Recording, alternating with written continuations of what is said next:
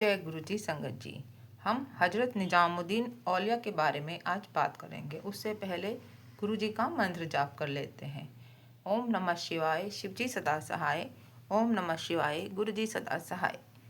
तो संगत जी, हजरत निजामुद्दीन औलिया जो थे वो अल्लाह के परम भक्त थे, बहुत इबादत करते थे और ख़ास बनते थे अल्लाह के।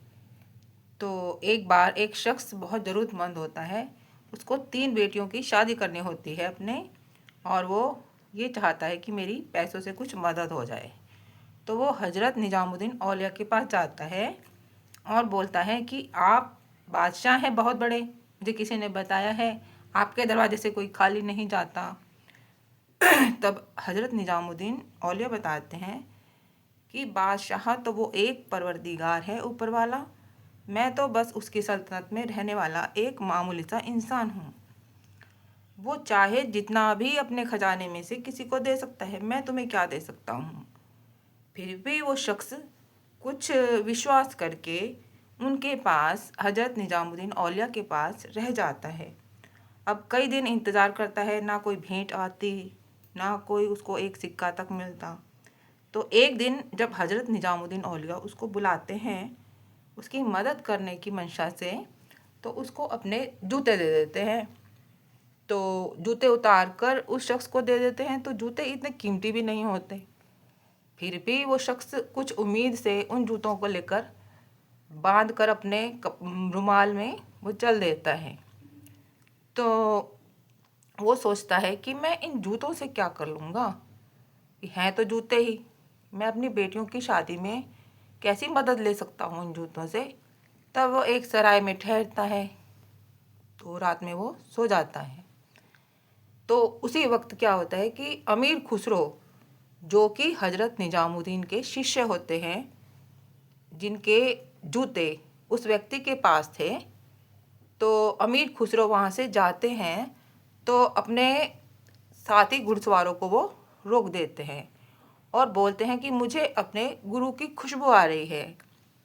वो बार बार यही कहते जाते हैं कि मुझे अपने गुरु की खुशबू आ रही है, मुझे अपने गुरु की खुशबू आ रही है।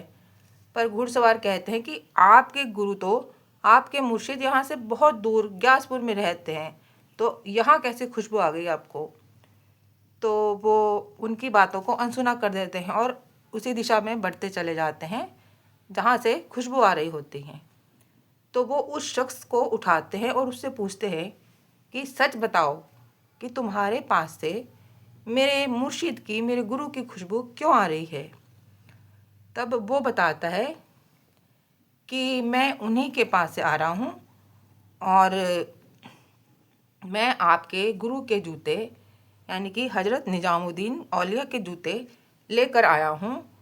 मुझे 3 बेटियों की शादी करनी है अपनी, मैं किसी मदद के लिए उनके पास गया था।